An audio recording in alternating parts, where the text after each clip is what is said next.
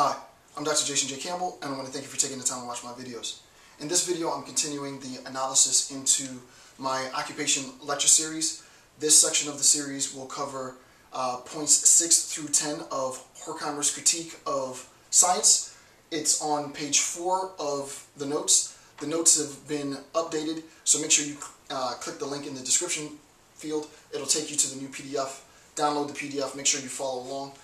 Again, the book that we're using is Social Theory, the Multicultural and Classic Readings. Rather thick book.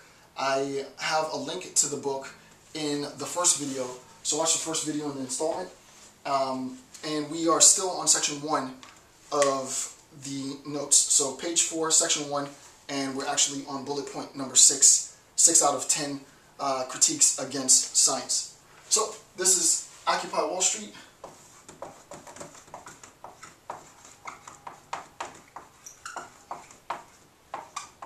And an introduction to social theory. Alright, this is still section 1. Alright, so we're on number 6. Alright, number 6, top of page 4. Here's a direct quote from Horkheimer. I'm going to read the quote, and then it's a rather lengthy quote. I'm going to read the quote, and then we'll analyze the quote as we've been doing through bullet points 1 through 5. So the quote says, social reality, the development of men acting in history has a structure, so that there is a structure to social reality. To grasp it requires a theoretical delineation of profoundly transformative processes. Basically, all that's saying is, in order to understand what social reality is, we have to be able to have the proper theory in order to decipher the complex structure of social reality, which revolutionizes all cultural relationships. Structure is not mastered by simply recording events as they occur. Very important point. Structure is not mastered by simply recording events as they occur. It's not simply a quantitative, empirically based assessment, this assessment of social reality, which was the method practiced in old-style natural science. The refusal of science to handle in an appropriate way the problems connected with the social process has led to superficialities in method and content. The fact that, arguably, science within Horkheimer's time is handling the complex nature of social reality with an attempt to merely empirically verify, quantify, sort of in a positivistic sense, social structures, is doing a disservice to society. And this superficiality, in turn, has profound expression in the neglect of dynamic relationships between the various areas with which science deals, especially the most dynamic relationship, interpersonal, interrelational, maybe even international relationships, between various areas with which science deals, while also affecting in quite varied ways the practice of the discipline. Since around the turn of the century, scientists and philosophers have pointed out that the insufficiencies and the unsuitability of purely mechanistic methods, right? Mechanistic methods, quantitative-based methods are great, but that's not all that there is. There's so much more that we need. The criticism has led to a discussion of the principles involved in the main foundation on which research rests, the foundation of research. And I've at least with respect to qualitative research, I've done a 12, maybe 10 to 12 hour lecture series on the various tenets, probably more than that, of qualitative research. So that today we may speak of a crisis within science. Just to bring you back up to date from the last sort of hour of installment, Horkheimer's critique is not directly to say that science is useless, is without function, but it's more of an attempt to chastise, if you will. Somebody said that he's anthropomorphized science, and that's a good critique. It's a fair critique to say that Horkheimer has, in a sense, anthropomorphized science. Science becomes this thing, this being, this person, this entity that is failing to fulfill his or her obligation to humanity. The truth is, however, that we recognize that science is a system.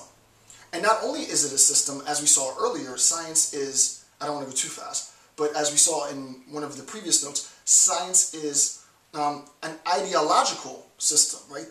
There is a sense in which the ideas that govern the scientific method, the scientific process, the means in which scientists access reality defines the very discipline itself. And the argument is very simple, what Horkheimer is saying. The argument is nothing more complex than scientists cannot co-opt their collective genius for complete wholesale co-option by the means of production. It can't always be about the means of production because the obligation that science has is a social obligation, and increasing social value is at the heart of what scientists are charged with doing. So the synthesis then, if you look beneath that, 1, social reality has a structure, right? So that what I want to say, or not me, what Horkheimer is saying, is that when we talk about social reality, right? Social reality has a structure. There's a structure to social reality. And accessing social reality is obviously really my job. That's what I get paid to do, right? I'm a social scientist.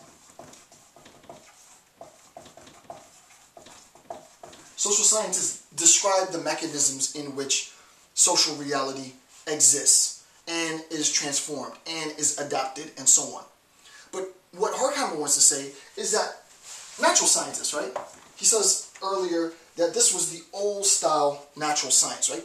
Natural scientists also have a responsibility to social reality, right? Or what I'd call hard scientists. Right? Natural or hard scientists also have a responsibility. Right? They also have a responsibility to social reality. Just like the social scientist has a responsibility to social reality, the hard scientist has a responsibility. And obviously the responsibility manifests in various forms. It manifests in the ease with which the scientific community innovates new technologies, new treatments, new pills, extends our standard of living, extends with respect to health, extends hopefully our longevity as human beings, pacifies suffering, eases the way that we die, helps us embrace the reality of our existence during the time of death, and so on and so on. You know, good bed manners, something as simple as that. So with respect to the structure that social reality takes, social reality is at this very sort of introductory level framed by the relationship, the discourse between hard scientists and their responsibility to framing social reality, describing social reality for individual people, and my job, which is why I'm now doing this occupation movement series, because this is a definitive moment in our time, and I'm charged with the responsibility as a social scientist to make sure that I help make sense of what is going on, right? So that I help inform the population. And I'm not here to tell you what to do. We're all grown men and women. At least you will have the necessary information that you need and the resources that you'll need in order to come to a conclusion by yourself, right? So social reality has a structure, but that structure cannot be mastered by the scientific method as a means of production, right?